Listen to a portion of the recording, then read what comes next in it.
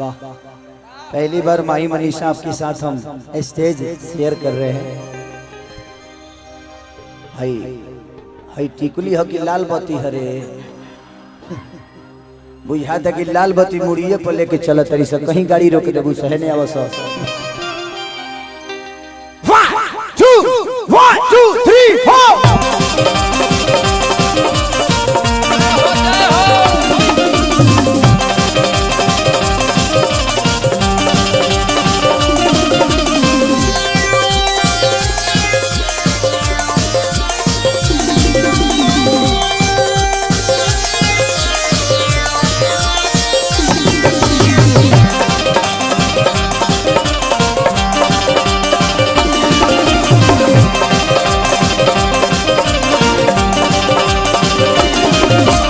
होही बारी यारी चाहे होही मारा मारी,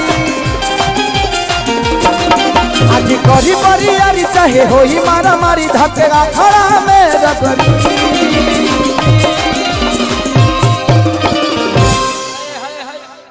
ए रूपा घड़ी कमजोर हो गई बानी, आरामे से मार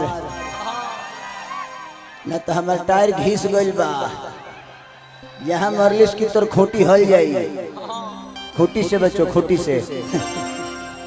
कि बकरी जादो जी के झंडा तहरा लहंगा पर तया बकरी जादो जी के झंडा तहरा लहंगा पर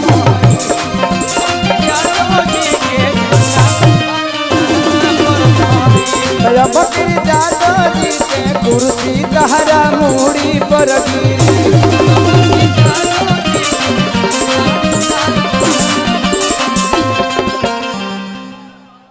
तो जे चल जाइए भाई दोबारा ना फिरी, जे चल जाइए भाई दोबारा ना फिरी। तो अब के जादो जी के कुर्सी तहरा मूड़ी पर गिरी, अब के जादो जी के तहरा मूड़ी पर, अब के जादो जी के झंडा तहरा लहंगा पर फहरी, अब के जादो जी के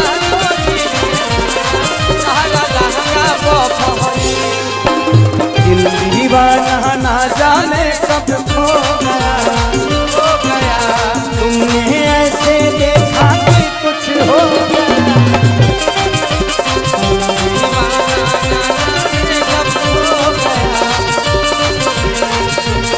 ऐसे देखा कि कुछ हो गया, कुछ हो गया, कुछ हो गया।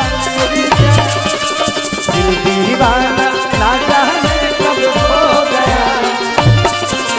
तुमने ऐसे देखा कि कुछ हो